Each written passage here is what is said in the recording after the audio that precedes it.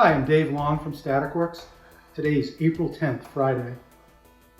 My third video this week. I'm still in lockdown. Hopefully by the time some of you watch this, it'll be a thing of the past. The purpose of today's video is to explain meeting standards for mainly government and safety applications. I talk about standards today. What I'm actually talking about is Motorola R56, ATIS 0600-321, and FAA 019F. The reason I chose these three standards is these three standards govern the specifications that should be written for most applications for flight towers, server rooms, comm centers, command centers, 911 call centers. And the nice thing about these three standards is even though they come from three different organizations, there's definite consensus within them. So we're going to look at these standards and we're going to look at these three carpet tile materials through the eyes of an ohm meter. So what this meter does is it measures electrical resistance in ohms through these two connections to these two probes.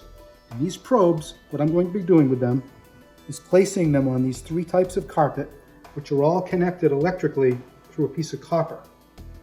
So let's start by looking at a material that has a black back on it. I'm going to take the probes, place them on the carpet,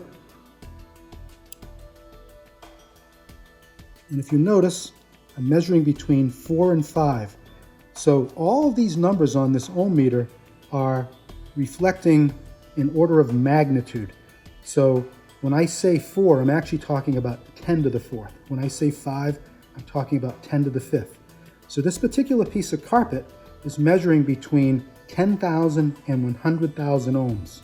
That's an important number because those three standards I just told you about, they're telling you as a specifier and an end user that you want your floor to measure between 10 to the 6th and no more than 10 to the 10th. So 10 to the 4th to 10 to the 5th is well under meeting the needs of a particular standard that you need to be referencing. Let's test the second piece of carpet. This piece of carpet has a very light backing, and I'm going to just explain to you that there's no carbon in this carpet. So it's very unlikely that this carpet would ever be used to meet these standards, but I want you to see the difference.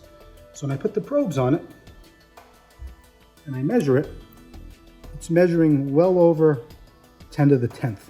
That means that this piece of carpet is measuring well over 10 billion ohms, almost 100 billion ohms. And remember, this one was measuring between 10,000 and 100,000. So this one was well under acceptable for these standards. This one is way over the acceptable number of ohms resistance. Here's a third piece of carpet. If you notice, this one has a kind of a dark back compared to the one I just showed you. This one has carbon in it. I placed the two probes on this piece of carpet, measuring between 10 to the 7th and 10 to the 8th.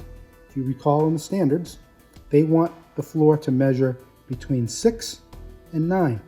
It's right in the middle. For those of you who are Goldilocks fans, this is the sweet spot. This is not too hot like this one, not too cold, but just right.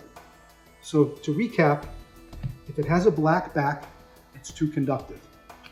If it has a very light backing, it's not conductive enough. If it's got carbon in it, but not as much carbon as this one, it meets the standard. And by the way, I'm not asking you to visually test your floors.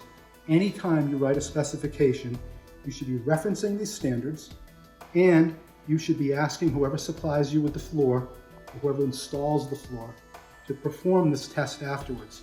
And this test should be done on the surface of the floor, on the surface of the floor to ground, within a tile, across two tiles. There's a whole series of tests, and there's a test method for this. And if you write your specification properly, you'll actually get what you want and you'll meet the standards. So thank you very much. If you have more questions, you can go online. You can actually look up these standards yourself. Motorola R56, FAA 019F, ATIS 0600-321. You can call StaticWorks, or you can call an engineer who understands the problem and knows how to write specifications. Thank you.